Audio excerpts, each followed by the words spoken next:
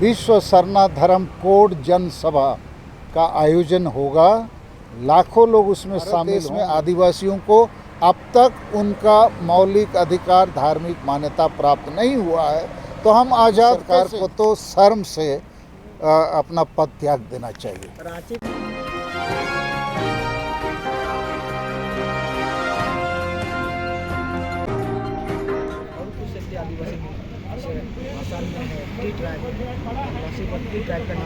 नमस्कार, मैं राजेश और आप देख रहे हैं न्यूज़ 365। देखें क्या है खबरों में खास। आदिवासी समाज के सामाजिक, धार्मिक और राजनीतिक सशक्तिकरण के लिए 30 जून 2023 को कोलकाता के ब्रिगेड परेड मैदान में आयोजन किया गया है। देखें क्या बोले सालखन मुर्मू जी। ब्रिगेड परेड मैदान में 30 जून 2023 को विश्व सरना धर्म कोड जनसभा का आयोजन होगा। लाखों लोग उसमें शामिल होंगे, देश और विदेश। और यह आदिवासी क्रांति का आज़ादी के लिए एक आगाज होगा, क्योंकि 150 साल पहले अंग्रेज़ों के खिलाफ भारत देश में कई बार आदिवासी क्रांति या आंदोलन हुआ है, लेकिन अभी फिर एक बार पूरे भारत देश के आदिवासियों के लिए, न्याय के लिए, अधिकार के लिए, आज़ादी के लिए हम लोग को आंदोलन करना होगा। और उसके लिए हम लोग सामाजिक क्रांति, धार्मिक क्रांति और राजनीतिक क्रांति का आगाज करें। और यही हमारा आज के इस प्रेस कॉन्फ्रेंस का मूल मुद्दा है। और धार्मिक आज़ादी के रूप में हम सरना धर्म कोड के अलावे कुछ लोग जो दूसरे नाम से प्रकृति पूजा धर्म को ही आदिवासी धर्म, सारी धर्म, विदिन धर्म या कुछ भी नाम से कह रहे हैं, हमारा सुझाव है ऐसा करने से 2011 की जनगणना में जो सरना धर्म के नाम से 50 लाख से ज़्यादा लोग अपना नाम लिखाए थे, उनका अपमान होगा।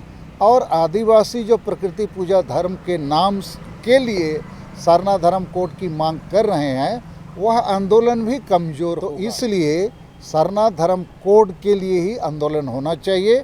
और 2023 में हर हाल में हम लोग को सरना धर्म कोड लेना है। और ये जो नियोजन का मामला है, इस मामले पर छात्रों का आंदोलन के साथ आदिवासी संगेल अभियान है। और झारखंड सरकार टोटली फेल है, ना स्थानीय नीति बना सकी, ना आरक्षण नीति, ना नियोजन नीति। नैतिकता का तकाजा है, ऐसी सरकार को इस्तीफा दे देना चाहिए। तो यही मूल बात आज हमारे इस एक सवाल है कि सरना धर्म कोड को लेकर के आदिवासी कई गुटों में बढ़ते नजर आ रहे हैं। लोगों का कहना है कि ये सरना धर्म कोड सिर्फ झारखंड के लोग भी चाह रहे हैं, बाकी प्रदेश ऐसा कुछ नहीं कर रही है। नहीं, बाकी जो जैसे आदिवासी धर्म कोड 45,000 या बाकी कोई भी गोंडी धर्म, भील धर्म 1 लाख 2 लाख, तो इसलिए 50 लाख कम संख्या नहीं है। अभी जब भी सरना धर्म कोड को माने जनगणना होगा तो ये 50 लाख कई करोड़ में परिवर्तित हो जाएगा। और इसको मिलना ही मिलना है, क्योंकि इससे भी कम है 44 लाख जैन धर्म वाला। तो हम लोग का ये आंदोलन आगे बढ़ रहा है।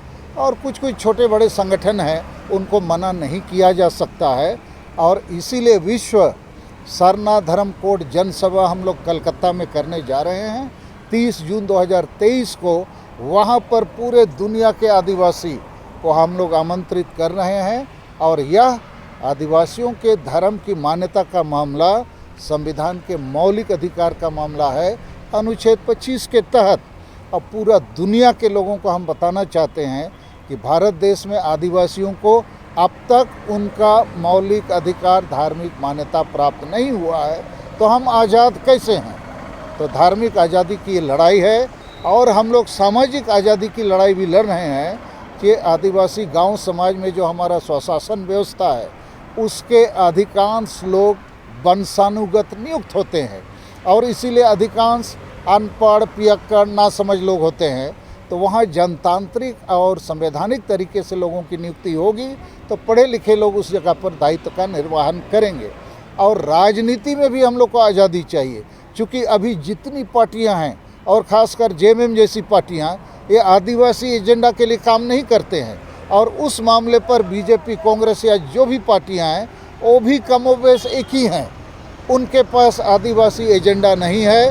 भाषा भाषा जाति धर्म और ये जो कुर्मी महतो को एसटी बनाने जैसा मामला जो है, ऐसी मामलों को बाकी पार्टी उठाते रहते हैं और आदिवासी जो असली हम लोग हैं हमारे लिए फांसी का फंदा बनाते हैं। तो हम लोग को सामाजिक रूप से भी आज़ादी चाहिए, धार्मिक रूप से भी आज़ादी चाहिए, राजनीतिक रूप से भी आज़ादी चाहिए। आदिवासी किसी भी पार्टी में रह सकते हैं मगर उनको अपना आदिवासी एजेंडा को ज़्यादा लोगों का कहना है कि जितना धर्म कोड को लेकर के आंदोलन सालखर मुर्मू जो चला रहे हैं उससे अच्छा ये होता शिक्षा, रोजगार और उनकी जो व्यवस्था है उसके ऊपर अगर करते तो शायद ज़्यादा अच्छा होता। देखिए, अभी आदिवासी अस्तित्व पहचान हिस्सेदारी का मामला है। शिक्षा, स्वास्थ्य, रोजगार ये तो होता ही रहेगा। आदिवासी बचेगा तब ना। और आदिवासी को धर्म का मान्यता नहीं मिलेगा, उसको कोई जबरन हिंदू मुसलमान ईसाई बनाएगा तो वो तो अपना ओरिजिनलिटी जो है, जड़ है, उसको तो खो देगा। उसकी भाषा, संस्कृति, सोच, संस्कार, उसका सारा चीज़, रीति रिवाज खत्म हो जाएगा। तो यहाँ अस्तित्व भी चाहिए, पहचान भी चाहिए, हिस्सेदारी भी चाहिए और न्याय के साथ विकास। ये जो विकास के नाम से बार बार विस्थापन पलायन हो रहा है तो आदमी ही नहीं बचेगा तो फिर शिक्षा, स्वास्थ्य और ये जो विकास किसके लिए? झारखंड राज्य तो बहुत बड़ा सपना था हमारा, शहीदों का सपना, अबुआ दिसम अबुआ राज। इस झारखंड में आदिवासी खुद मालिक बनने की जगह भिखारी बन गया है। तो इसलिए सरना धर्म कोड का जो आंदोलन है ये धर्म आंदोलन से ज़्यादा एकता का आंदोलन है, अस्तित्व का आंदोलन है, पहचान का आंदोलन है, हिस्सेदारी का आंदोलन। दादा, अधिकतर आदिवासी शिक्षा का अवेयरनेस से कोसों दूर नज़र आ रहे हैं, क्योंकि उनको लेकर के इनके अगर अवेयरनेस किया जाए तो शायद धर्म को अच्छी नहीं, शिक्षा के साथ इसका संबंध नहीं है। आदिवासी में अभी बहुत doctor, engineer, officer, IAS IPS भी हैं। लाखों आदिवासी शिक्षित हो गए हैं, लेकिन आदिवासी एकजुट होकर उनके भाषा, जाति, धर्म, रोजगार का आंदोलन नहीं कर पा रहे हैं। जितने ज़्यादा लोग शिक्षित हो रहे हैं पेट परिवार के लिए स्वार्थी होकर काम कर रहे हैं, समाज के लिए नहीं। और इसीलिए अभी गांव समाज में हमारा जो स्वशासन पद्धति है उसके अगुआ भी आदिवासी को एकजुट करके आगे नहीं बढ़ा पा रहे हैं। MLA MP हमारे जितने हैं जिस पार्टी से भी, वो भी आदिवासी एजेंडा के लिए काम नहीं कर रहे हैं। पढ़े लिखे लोग और अधिकांश सामाजिक संगठन के नाम से जो आदिवासी संगठन चला रहे हैं और पढ़े लिखे जितने हमारे डॉक्टर, इंजीनियर, ऑफिसर, प्रोफेसर, वकील आदि हैं वो भी आदिवासी का काम नहीं कर रहे हैं। इसीलिए अभी शिक्षा से ज़्यादा एकता और आंदोलन की ज़रूरत है। बिरसा मुंडा, सिद्धू मुर्मू, तेलंगा खड़िया, तिलका मुर्मू या जितने वीर बुधु भगत, फोटो हो, ये लोग पढ़े लिखे नहीं थे, लेकिन समाज के प्रति उनका प्रेम, मोह जो था वो कुर्बानी के लिए उनको आगे बढ़ाया। आज समाज में वैसे लोगों की ज़रूरत है, वैसे नेतृत्व की ज़रूरत है जो ज़रूरी नहीं है कि पढ़े लिखे लोगों के बीच में से ही आए। तो इसलिए सरना धर्म कोड आंदोलन एक एकता का आंदोलन है, अस्तित्व का, पहचान का, हिस्सेदारी का। इसके लिए हम लोग पूरा भारत देश में आंदोलन चल रहा है। एक सवाल कि झारखंड सरकार 60-40 का नियोजन नीति लेकर के छात्र रोड पर है और सरकार अभी तक उस पर कोई पहल नहीं कर रही, इस पर आपका क्या विचार है? देखिए, झारखंड में पक्ष विपक्ष दोनों ही शिक्षित बेरोजगारों के साथ अन्याय कर रहे हैं, अत्याचार कर रहे हैं, शोषण कर रहे हैं। हमने तो सुझाव दिया है प्रखंडवार नियोजन नीति लागू करो। सरकार की जितनी नौकरियां हैं 90% हिस्सा ग्रामीण क्षेत्रों को दे दो और प्रखंडवार कोटा बना के उसी प्रखंड के आवेदकों से भरो। ना स्थानीय नीति की ज़रूरत पड़ेगी, ना आरक्षण की, ना नियोजन नीति की, ना नीति की अपेक्षा माने इंतज़ार करना होगा, ना खतियान की ज़रूरत होगी। प्रखंडवार इस आंदोलन को, इस नियोजन नीति को लागू करने से 2-3 महीनों में सारी नौकरियां गांव देहात के लोगों को मिलेगा। अन्यथा वैसा कोई भी नियोजन नीति फिर बनेगा और केंद्रित तरीके से नौकरी बांटी जाएगी तो भ्रष्टाचारी लोग रांची में आके नौकरी खरीद लेंगे और झारखंड के असली आदिवासी मूलवासी को नहीं मिलेगा। छात्र लोग का ये अफसोस है कि हम सरकार हम लोग बनाए, लेकिन आज लाठी हम लोग खा रहे हैं, माथा हम लोग का फूट रहा है। नहीं, सरकार ये गलत कर रही है, उनकी बातों को सुनना चाहिए, समझना चाहिए। और इस सरकार ने वायदा किया था कि हम सरकार में आएंगे तो 5 लाख नौकरी पहला ही साल देंगे। तो वादा खिलाफी सरकार कर रही है। इस सरकार को तो शर्म से अपना पद त्याग देना चाहिए। रांची का जो बिरसा मुंडा एयरपोर्ट है, अभी जैसे बिरसा मुंडा है वहाँ के जो विस्थापित हैं, अभी हाल में उनको खाली करने का आदेश भी मिल गया है। 30 तारीख तक उन्हें खाली कर दिया और उनका अभी तक पुनर्वास नहीं हुई है। किस तरह देखते हैं आप? देखिए, झारखंड में लगातार विस्थापन और पलायन चल रहा है, तो झारखंड सरकार को चाहिए न्यायपूर्ण पुनर्वास नीति बनाना। ये सरकार का दायित्व है।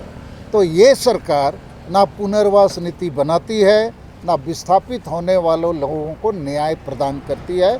हम इस सरकार के खिलाफ हैं और इसकी निंदा करते हैं कि बिना पुनर्वास नीति के, बिना लोगों को न्यायपूर्ण पुनर्वास दिए यदि किसी को भी हटाया जाता है तो संविधान के तहत जो जीने का अधिकार है, right to life with dignity, ये उसका मूल अधिकार का भी उल्लंघन है, खंडन है, गलत है। दादा एक चीज़ है, यहाँ चार IAS ईडी के दर्ज में आ गए हैं, उसको कैसे देखते हैं? झारखंड को हम लोग किस तरह से देखते हैं? अरे ये पूरा झारखंड लूटखंड बन गया है, इसलिए हम कहाँ कहाँ किसके बारे क्या बोलेंगे। तो इसलिए इस सरकार को अब रहने का कोई नैतिक अधिकार नहीं है। सरकार में जो एग्जीक्यूटिव हैं, जो लेजिस्लेटिव हैं, ये सारे लोग मिले हुए हैं ठेकेदार और सारे जो भी लूट करने वालों के साथ। Thank you. और एक लास्ट सवाल है, यूपी में जो आदिवासी हैं, जो राव लोग वहाँ रहते हैं, और जैसे असम में जो आदिवासी हैं, असम वाले को तो टी ट्राइब के नाम से जाना जाता है, मगर जो यूपी में उनको आदिवासी का भी दर्जा नहीं है। इस तरह से देखिए, पूरे देश में इन सारी चीज़ों पर ठीक से विचार होना चाहिए और जो असली आदिवासी हैं उनको आदिवासी का स्टेटस मिलना चाहिए। उसके लिए भारत सरकार और राज्य सरकारों को न्यायपूर्ण विचार करना चाहिए।